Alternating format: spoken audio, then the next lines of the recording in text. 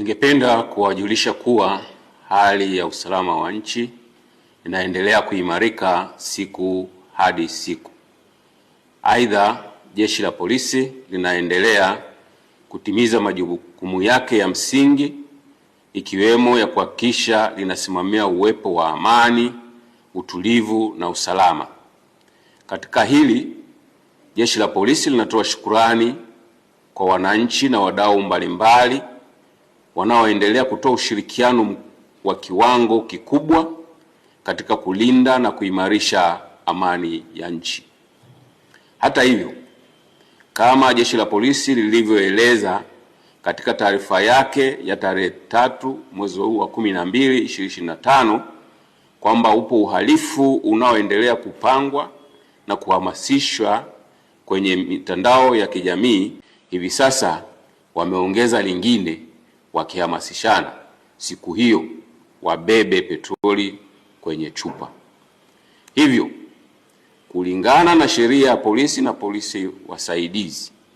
inayotoa maelekezo na masharti ya kufanya, kukusanya, kuunda au kufanya mkusanyiko au maandamano, na kutokana na mbinu za kihalifu ambazo zimebainika wakihamasishana kuzitumia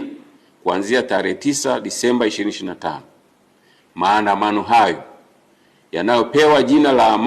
maandamano ya amani na yasiyo na kikomo yamekosa sifa za kisheria za kuyaruhusu kufanyika, na kwa kuwa yametangazwa kufanyika nchi nzima na wanaohamasisha hawana anwani maalum zaidi ya kuona namba nyingi za simu za mataifa ya nje ya Tanzania na za ndani ya Tanzania, akaunti za mitandaoni za nje na ndani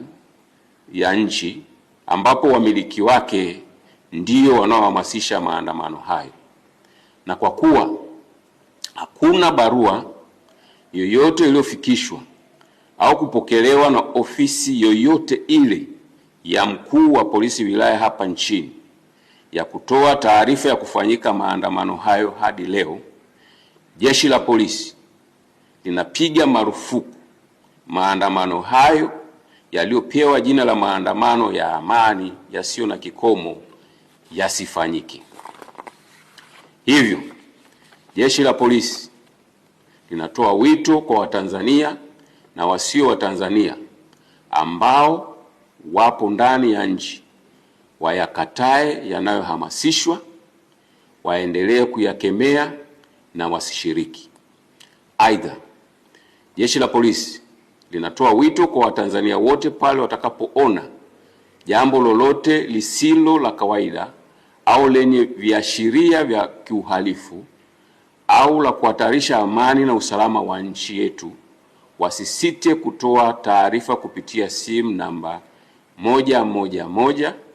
112 0699 998899 au 0787 668306 au kwa ujumbe kupitia kiunganishi cha mfumo wa kutoa taarifa, yani taarifa.tpf.go.tz.